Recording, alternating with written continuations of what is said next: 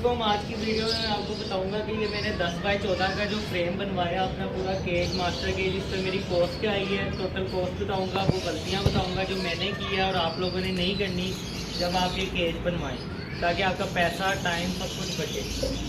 पहले तो मैं आपको पूरा केज का रिव्यू देता हूँ कि मैंने क्या किस तरह बनाया है, क्या क्या फ्रेम्स की साइज़ है वो आप नोट कर लें, और इसमें जाली की क्या मेरी डायमेंशन लगी, छत पे कॉस्ट क्या आई है, टोटल कॉस्ट ओवरऑल मैं इस वीडियो में आपसे डिस्कस करूंगा। इस वीडियो में ये भी बताऊंगा कि गलतियां जो आपने बचने।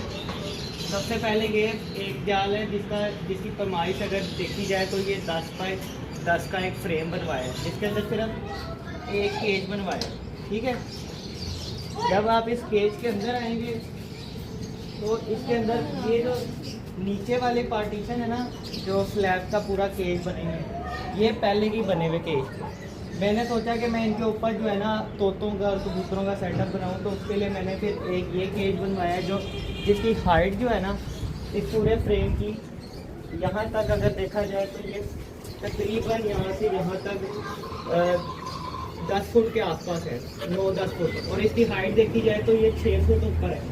इसके अंदर मैं जो है जावा फिंच या कोई भी और तोते रख सकता हूँ। और इसकी जो जाली मैंने रखवाई है ना, ये 14 गेज में सवा का खाना है। ठीक है, ये 14 गेज में सवा का खाना है, और ये बर्फ़ी जाली है जो 8 नंबर शीट के अंदर से निकली हुई है। नहायत मजबूत चीज़ है ये। जब मैंने रोल लिया था तो मेरा कम पड़ गया, फिर मैं ये ले आया। ये सस्ती है लेकिन ये उससे ज़्यादा मजबूत है।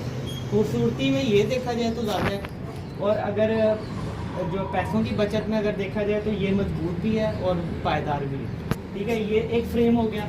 इसके अलावा जो ये वाला एरिया ना, ये इसमें ना 3 टाइप की जालियाँ यूज़ हुई हैं पूरे केज के अंदर। एक ये बर्फ़ी जाली यूज़ हुई है जो पायदार भी है और सस्ती भी है। उसके बाद एक सवा के खाने के अंदर यूज़ हुई है जो मजबूत है 14 गेज के अंदर। और ऊपर जाल के अगर देखा जाए ना तो मैंने इंची बाई इंची के खाने की रखवाई है जाली।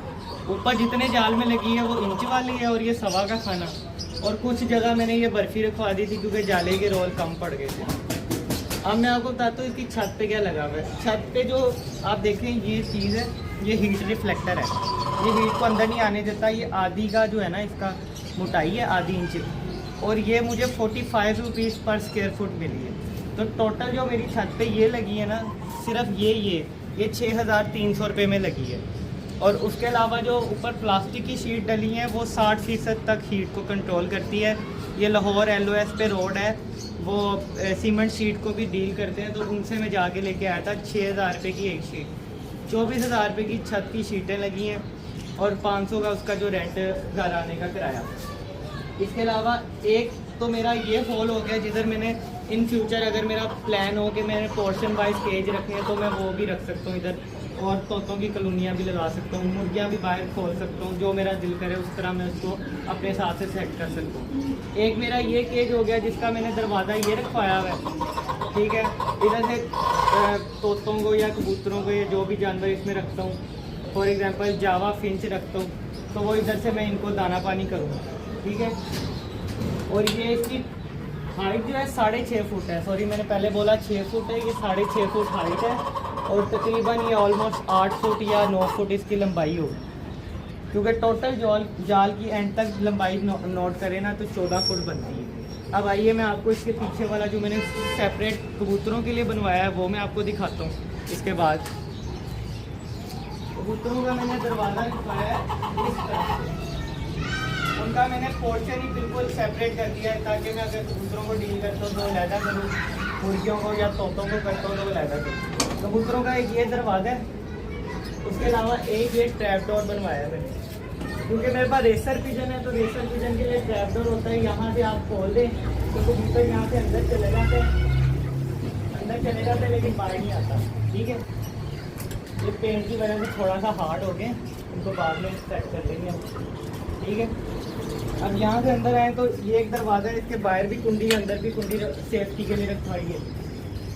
इसकी भी टोटल हाइट देखी जाए तो 10 फुट है, और इसका खाने की अगर देखी जाए तो ये 4 फुट से ऊपर है, 5 फुट के आसपास। ठीक है, 5 फुट इसकी चौड़ाई होगी, 4 फुट इसकी डेप्थ होगी, और 6.5 फुट इसकी हाइट होगी।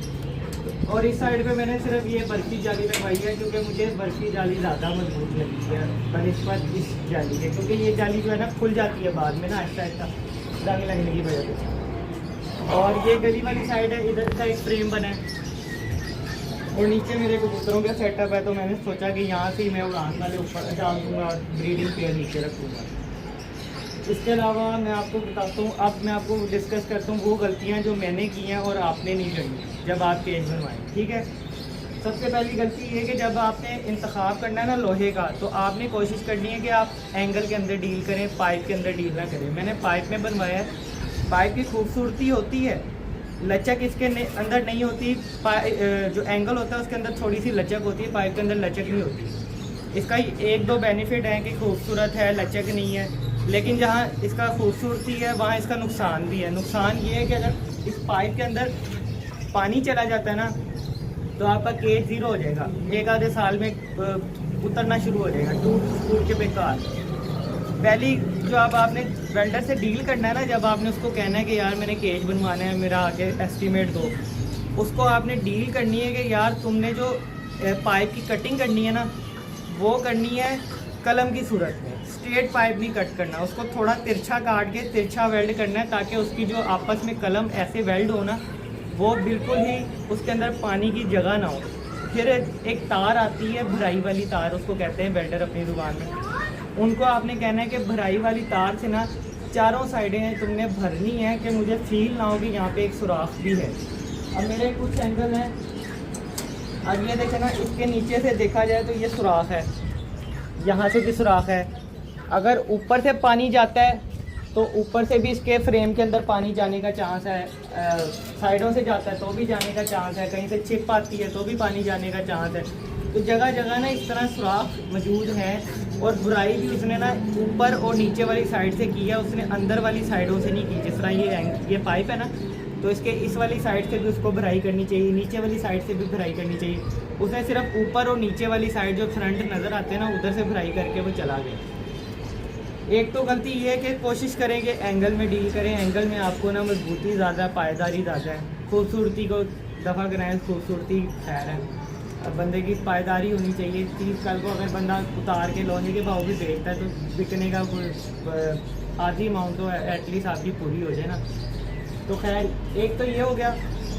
दूसरी गलती ये, जब भी आपने किसी वेल्डर से बात करनी है ना, तो उसको पूरी मजदूरी नहीं देनी है, आधी मजदूरी भी नहीं देनी। मेरा सीन ये हुआ कि मैंने उसको हाफ पेमेंट कर दी थी एक दिहाड़ी के अंदर। जब उसने ये 5-6 फ्रेम बनाए थे ना, तो वो शाम को जाते हुए मेरे से आधे पैसे ले गया। उसके बाद तकरीबन एक हफ़्ता मैंने उसको फ़ोन करता रहा, तो फिर उसने जाके ना मुझे कोई रिस्पॉन्स दिया।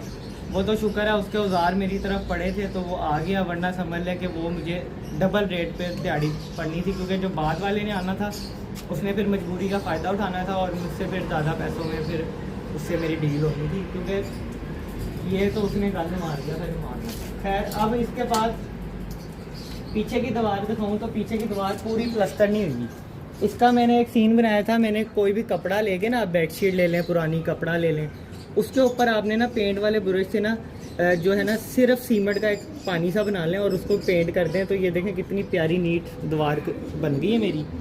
इसकी भी मैं वीडियो ऐड कर दूंगा साथ में कि मैंने किस तरह की थी, वो आप देख लीना, 30 सेकंड की वीडियो के साथ अटैच कर दूंगा वो। फिर उसके बाद जब आप इसको ऊपर पेंट कर देंगे, चूना मार देंगे, तो बिल्कुल नया हो जाएगा। ठीक है, अब हम चलते हैं इसकी कॉस्ट की तरफ कि मेरी कॉस्ट कितनी आई है, वो मैं आपको बताता हूँ। ये जी अब इसकी टोटल कॉस्ट की तरफ चलते हैं। पहले जो सबसे पहले लोहा लेके आया हूँ 32,500 रुपये का एक टाइम लोहा है, और 8,150 की इसके ऊपर जो पतरी वेल्ड हुई है वो आई है। ठीक है, उसके बाद फिर लोहा कम पड़ गया था, फिर 8,160 रुपये का दोबारा लोहा है। लोहा 3 किस्तों में है, टोटल 48,810 रुपीज़ का लोहा जो है ना इस केज के अंदर यूज़ हुआ है। उसके बाद जो जाली की कॉस्ट अगर बताऊं तो जाली का एक रोल जो बर्फ़ी जाली आपको दिखाई है ना, वो 61 फुट आई है, वो 15,000 की आई है। और अगर ये जो सवा के खाने वाली 14 गेज में जाली को देखा जाए तो इसका रोल 50 फुट वाला 17,000 रुपये का है। और जो ऊपर इंच वाली जाली यूज़ हुई है, ये 30 फुट यूज़ हुई है, ये है 5,900 रुपीज़ की। तीन टाइप जालियाँ यूज़ हुई हैं और तीनों की टोटल कॉस्ट आई है 37,900 टोटल कॉस्ट जालियों की बता रहा हूँ अभी। उसके बाद हार्डवेयर यानी कि कुंडियाँ, ये जो कुंडी शुंडी लगी अंदर बाहर, इसके ये जो रावल बोल्ट दीवार के अंदर फिक्स होने थे, उसके अलावा ये गुल्ली कब्ज़ा इसको कहते हैं, गुल्ली कब्ज़ा वगैरह, ये सारी जो टोटल कॉस्ट है ना ये तकरीबन 4990 रुपीज़ यानी कि 4,990 रुपये की टोटल ये हार्डवेयर का सामान आया है इसके अंदर। फिर अगर पेंट की बात की जाए तो 4560 रुपये का इसका पेंट आया, मास्टर का पेंट किया वाइट कलर का। पहले ग्रे कलर का कर दिया था, फिर मैंने कहा वाइट कराता हूँ ज़रा ज़्यादा प्यारा लगेगा, डिसेंट लुक आई। फिर उसमें मिट्टी का तेल यूज़ हुआ था तो वो 840 रुपये का आया। टोटल इस पूरे केज की जो मैंने मजदूरी तय की थी वो 13,000 रुपये आई है। 10 बाई 14 गए जिसमें टोटल 1 2 3 4 5 6 फ्रेम तकरीबन बने हैं, 6-7 फ्रेम, ठीक है। छत जो लगी है वो उसकी भी वीडियो अटैच करता हूँ साथ में। वो टोटल लगी है 24,000 रुपये की छत और 500 रुपये उसका किराया, तकरीबन 24,500 की मेरी छत आई है। प्लास्टिक की शीट है दिख रैक वाली, ठीक है। 10 फुट उसकी लेंथ है और 3.25 फुट उसकी चौड़ाई है, ठीक है। फिर हीट रिफ्लेक्टर ये जो मैंने अंदर की तरफ लगवाया है ताकि हीट जो है अंदर की तरफ ना आए, जो मैंने आपको पीस दिखाया भी था कट पीस एक पड़ा हुआ है, वो टोटल 6,300 रुपये का वो टोटल छत पे जो कॉस्ट आई है उसकी आई है। फिर छत के ऊपर जो क्लम्प लगते हैं, जिस तरह ये क्लम्प आप मुझे आम दुकानों से नहीं मिले थे, ये मुझे मार्केट से लाने पड़े हैं। ये जो अंदर से हुक की सूरत में ना इन्होंने एंगल को पकड़ा हुआ और ऊपर से शीट के अंदर गए हुए हैं। तो ये टोटल जो है ना ये मेरे 1,000 रुपये के वो आए हैं, क्लम्प और उनकी रबड़े नट वगैरह सब कुछ मिला के। फिर उसके बाद सीमेंट क्योंकि पीछे वगैरह लेप करना था, ये बन्नी बनानी थी, मैंने एंगल जो पाइप है वो ज़मीन से हाइट पे लगवाया ताकि ना बारिश पड़े तो गले ना। उससे बचाने के सूरत में ये जो जितना भी ईंटें लगी हैं ना, इसमें सिर्फ सीमेंट मैं लेके आया हूँ, रेत भी मेरे पास पड़ी थी और जो है ईंटें भी मेरे पास घर में बची पड़ी थी, इसलिए मैंने उनकी कॉस्ट ऐड नहीं की। 13,550 रुपये की जो है ना सीमेंट की बोरी आई है एक, सिर्फ अभी एक लाया हूँ, आगे नहीं पता कि मज़ीद आती है या नहीं आती। टोटल इस टाइम जो है इस केज की कॉस्ट 1,43,250 रुपीज़ आ गई है इसको, इस पूरे केज पे मेरी, और मज़ीद आ भी सकती है। तो अगर 2025 के अंदर आप बनवाने का प्लान कर रहे हैं कि मैं छत पे कोई केज बनाऊं या अपना इस तरह शौक़ को थोड़ा इंक्रीज़ करूं, तो आपकी जेब में तकरीबन कम से कम 1.5 लाख रुपये होना ज़रूरी है। एंगल ये पाइप की बात कर दूं तो ये इंच बाई इंच का पाइप लगवाया है मैंने, ये 18 गेज का पाइप है। इसकी एक लेंथ 20 फुट की होती है और वो तकरीबन 1600 कुछ रुपए की लेंथें थी। तो वो मेरी अच्छी लेंथों की अमाउंट नहीं पता, लेकिन टोटल ये पता है कि लेंथें इतने की बनी है। वो बिल मेरे पास खैर पड़े नहीं, अगर किसी भाई को पूछना हो तो वो कमेंट कर देना, उसको मैं बता दूँगा। तो खैर ये मेरा टोटल केस था जिसके बारे में मैंने आपको रिव्यू देना था। टोटल कॉस्ट भी बता दी, आपको गलतियाँ भी बता दी जिनसे आपने बचना है। तो इंशाल्लाह फिर नेक्स्ट किसी वीडियो में मुलाकात होती है, तब तक आप चैनल को सब्सक्राइब कर दें, लाइक कर दें वीडियो को और अपना एक अच्छा सा कमेंट कर दें। इससे हमें भी मोटिवेशन मिलेगी इंशाल्लाह, और फ्यूचर में आपके लिए कोई और नॉलेज से रिलेटेड चीज़ें लेके आएंगे जो शौकीन हज़रात। ओके, अल्लाह हाफ़िज़।